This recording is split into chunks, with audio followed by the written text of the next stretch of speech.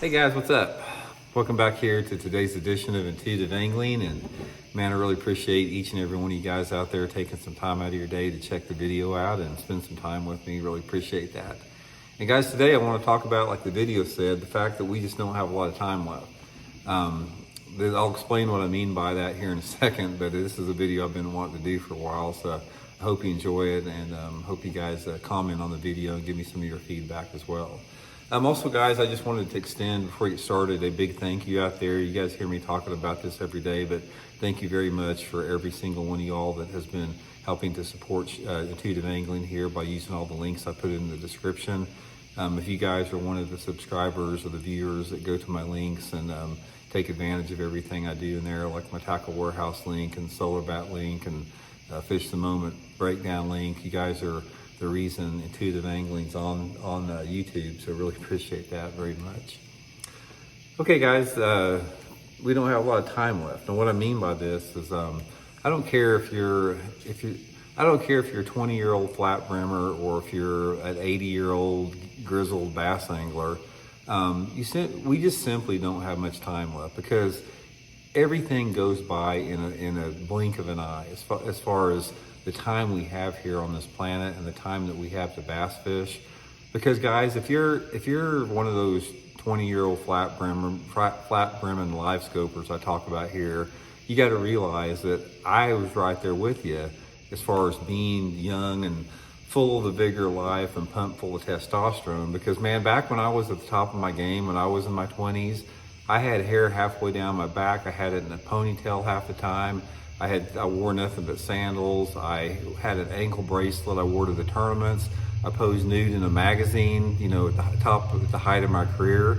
So I know what it's like to be, young and just, completely absorbed with that whole, just the vigor of life that you have when you're younger that you lose. But regardless, is guys, one thing I'll tell you is, you're going to be, if you're a 20-year-old flat brimmer now, just like I was the 20-year-old long-haired, hippie type dude, you're going to wake up, in a blink of an eye, literally, and you're going to be an old grizzled hogger like I am right now, because I look in the mirror and I don't recognize what I see. I still feel like that 20-year-old that wore the ankle bracelet and had the ponytail, but you change in the mirror, and eventually, we all just pass on.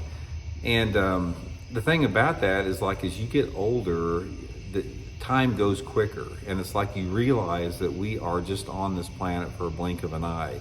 But what I want to relate this to is to bass fishing, because when I use the terminology of this title that we don't have much time left, I'm talking about it in a fishing context. Because one of the things about bass fishing and bass fishermen that I have observed in my own, my own adventure in the sport is there's not a lot of bass anglers that have the vision to look beyond themselves and look for the future of what's going to be here after they're gone. And I think that's human nature a little bit, and it's sort of like the fact that only 30-some% of the registered voters in the United States actually vote. So just like voters, I think there's a lot of apathy in bass anglers, and the fact that they get caught up in their own world and what's in it for them, that they don't take the time to step back and get that bigger picture about what needs to be done to leave something for the next generation of bass anglers. And that's the point of the video today that I want to talk about. Now, here's the thing and I'm going to give you guys my opinion on this, what I think you need to do. Take it for as you will. But the thing about bass fishing, guys, is if you are fortunate enough and you have the honor to actually fish for bass, there's a responsibility that comes with that. And I don't take that responsibility lightly. If you bass fish, there is a responsibility for you to be good stewards, not only of the resource, but of the planet, and to hand it off to future generations. If you're one of those anglers out there that don't have any awareness of that, and you're just in it for what's for you and nothing else, you really need to reevaluate your worldview, and you need to really reconsider your entire way that you think about fishing and life in general, because In my opinion, every bass angler out there, they have the responsibility to do two things, or not, the responsibility to do one thing, but they can do two things. You don't need to be this person that's like totally focused on, just what you're going to leave after you're gone and not worry about anything else. You don't need to be one of those anglers that just focus completely on yourself. The thing that anglers have to do, and this is what I want to teach as much as I can to the young anglers and even the old anglers out there, is that spend half of the time enjoying your bass fishing. To get out there and enjoy it for however you like to do it and use it for the therapy that it should provide half of the time. And then the other half of your energy out there needs to be devoted for what you're going to leave after you're gone, which is not going to be very long, guys. Again, I don't care if you're 20 years old or if you're 75 or 80 years old, you don't have much time on this planet. It's going to be a blink of the eye and you're going to be gone. It's like we've already lost the greatest generation. A lot of the anglers that were at the top of the game in the sport back in the 70s and early 80s, a lot of them are dead now. They've died, and we've lost the greatest generation of anglers, and this continually perpetuates. So if you're a 20-year-old flat brimmer, you're going to wake up one morning and it's going to be your time to pass on and move on to the next great adventure we have after we exit this planet here. So the point of the matter is one of the things I want to encourage here, and the advice I want to give you guys to really not only enjoy bass fishing to the fullest, but also fulfill your responsibility as a steward to the sport, is try to divide your energies between really enjoying your own personal fishing and focusing on what you can do to leave something better for the next generation. Now that can be a lot of different things. It can be something as simple, guys, as like if you go to the lake, make a commitment to yourself and honor that commitment that you're going to leave that lake better than you found it. So if you're fishing down a bank and all of a sudden some goober that threw out a beer can or a pop can or a water bottle, you see it floating 15 feet away from your boat, don't just troll on past it. Go over there and pick up that water bottle that's floating, put it in your dry storage, and make the lake better than you found it when you got there. That's the most simple thing. There's tons of other stuff you can do. You can write your state legislator, your congress people, and your senators and encourage them to support, clean water initiatives and clean air initiatives and things that keep our streams and our air clean. You can spend the time doing that. You can just get active in social media and you can call out attention to anything that, threatens the well-being of our sport, and try to get active to some level. There's so many different things you can do to make this sport that we have better for the next generation.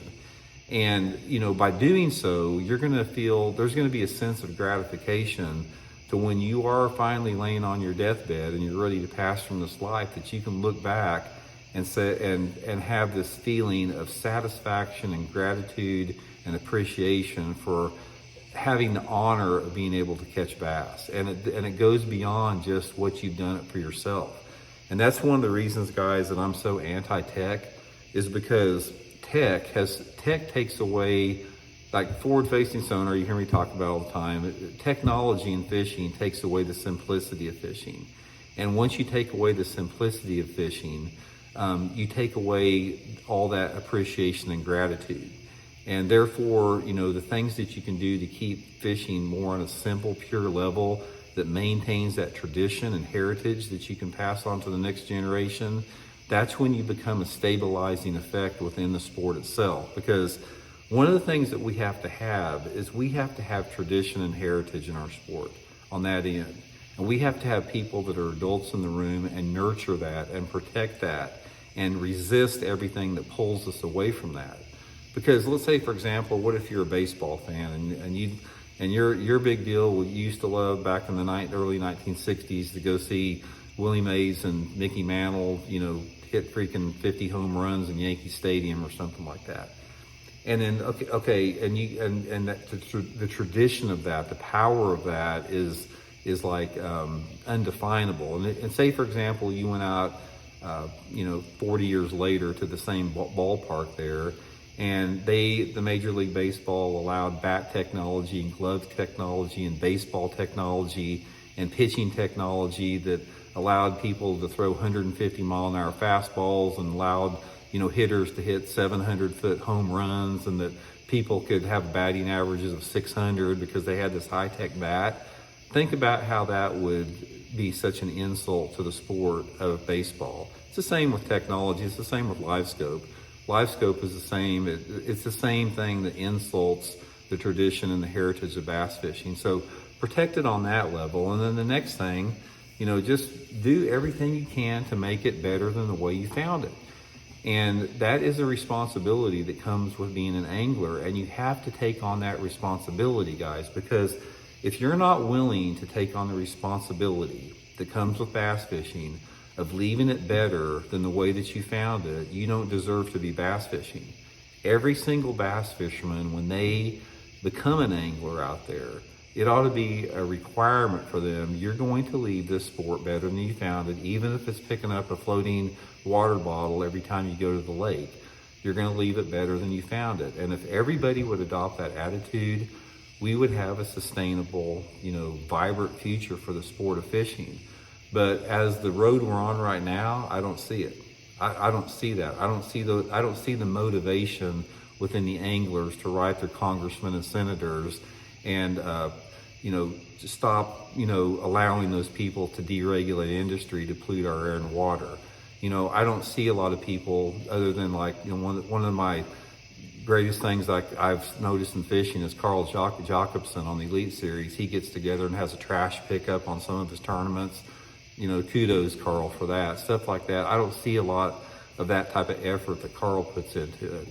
And, that's the only way we're going to maintain this, because somebody else isn't going to swoop in out of left field and save it for us. So the main thing, guys, like I said, just realize that you don't have much time left here. I don't care if you're 20 years old or you're 80 years old, your time's going to be up pretty soon. So choose what you do with your time wisely. And, try to make an effort every day that you're on the water to not be self-absorbed as an angler, and don't use it to be me. Don't say this piece of technology is going to help me be a better angler, but it's not going to do anything else for the next generation. Focus on the generation ahead of you. Focus on what you can do to leave the lake better than you found it. And like I said, there's a lot of different ways that you can do that.